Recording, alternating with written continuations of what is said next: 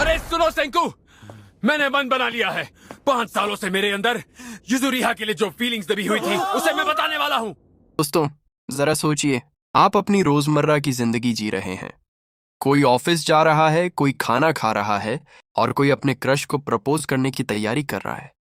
सब कुछ परफेक्ट है, लेकिन तभी आसमान में एक ऐसी रोशनी चमकती है जो साइंस के हर नियम को फेल कर देती है। सिर्फ 1 सेकंड के अंदर धरती का हर एक इंसान, चाहे वो अमीर हो या गरीब, बच्चा हो या बूढ़ा, एक जिंदा पत्थर की मूर्ति में बदल जाता है। पूरी की पूरी मानव सभ्यता सिर्फ एक पल में थम जाती है। ना कोई वायरस, ना कोई न्यूक्लियर वॉर, सीधा इंसानों का पत्थरीकरण।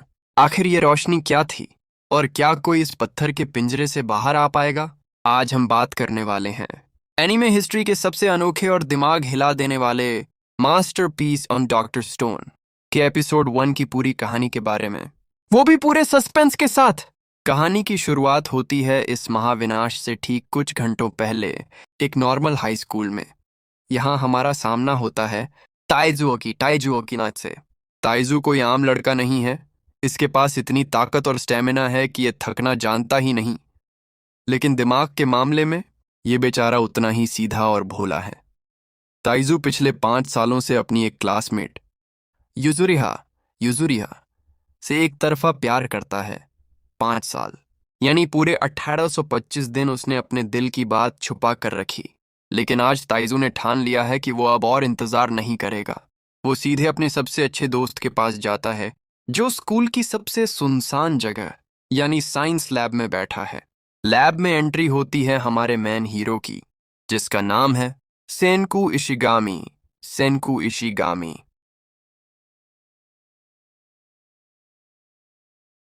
सेनकू एक ऐसा जीनियस है जिसका दिमाग कंप्यूटर से भी तेज चलता है। वो भावनाओं पर नहीं, सिर्फ और सिर्फ साइंस और फैक्ट्स पर भरोसा करता है। जब ताइजू चिल्लाकर कहता है, सेनकू, आज मैं युजुरिहा को प्रपोज करने जा रहा हूं, तो सेनकू का रिएक्शन देखने लायक होता है। वो ताइजू को देखता है और सीधे शब्दों में कहता है, तुम 1 नंबर के बेवकूफ हो। लेकिन सेनकू अपने दोस्त को खाली हाथ नहीं जाने देना चाहता। वो ताइजू को एक बोतल देता है और कहता है, ये एक लव पोशन है, इसे ले जाओ, तुम्हारा काम 10,000% पक्का हो जाएगा। अब यहाँ पर बात को थोड़ा ध्यान से समझिएगा दोस्तों। ताइजू इतना सच्चा और ईमानदार है कि वो कहता है, नहीं सेनकू, मुझे प्यार में कोई शॉर्टकट या धोखा नहीं चाहिए।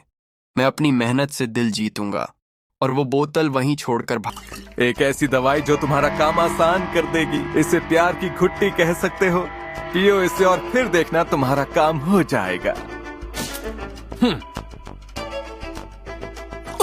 थैंक यू सेंकू, पर नहीं, मुझे इन सब चीजों की जरूरत नहीं। भाग जाता है। ताइजू के जाने के बाद लैब में मौजूद दूसरे स्टूडेंट्स डर जाते हैं कि कहीं वो लव पोशन सचमुच का जादू तो नहीं। तब सेनकू एक खतरनाक सच बताता है। वो कोई लव पोशन नहीं, बल्कि प्लास्टिक की बोतलों को रिसाइकिल करके बनाया गया गैसोलीन था। सेनकू हंसते हुए कहता है कि अगर ताइजू चालाकी करने की सोचता और उसे इस्तेमाल करता तो वो जल जाता। लेकिन सेनकू को अपने दोस्त की ईमानदारी पर पूरा भरोसा था। अब सीन शिफ्ट होता है स्कूल के सबसे खूबसूरत कोने में। युजुरिहा, सॉरी तुम्हें इंतजार करवाया। तो बात क्या है ताइजू? मुझसे क्या कहना चाहते थे? जहां एक बड़ा सा पेड़ है, युजुरिहा वहां खड़ी है। वो एक बेहद शांत और दयालु लड़की है। ताइजू उसके सामने खड़ा है। उसका दिल इतनी तेज धड़क रहा है कि उसकी आवाज खुद उसे सुनाई दे रही है।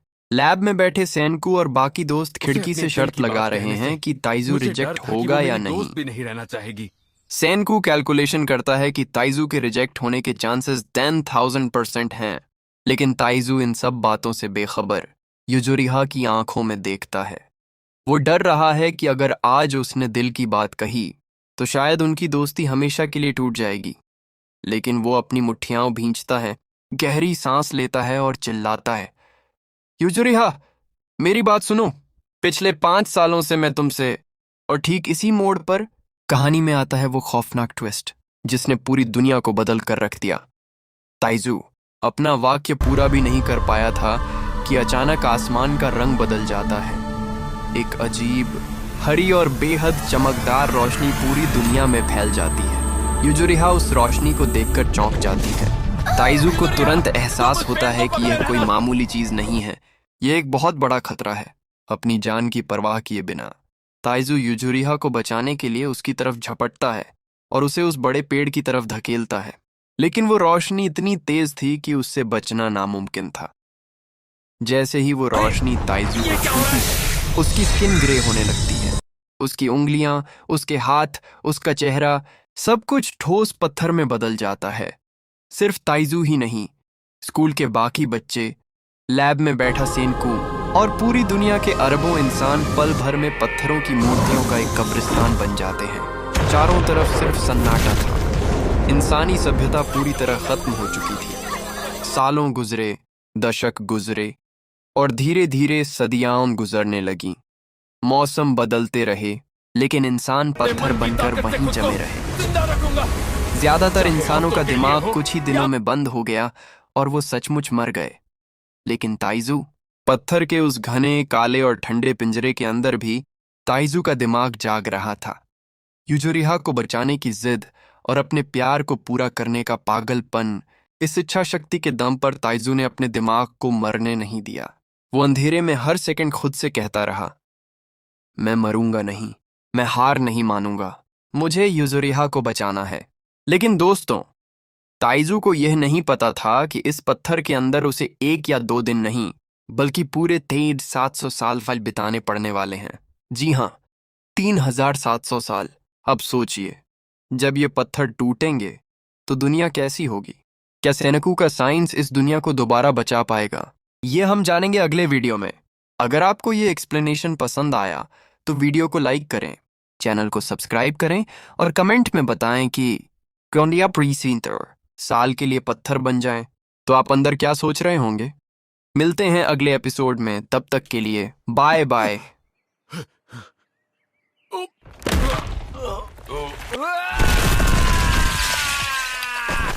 मैं बाहर आ गया, आखिरकार मैं आजाद हो गया।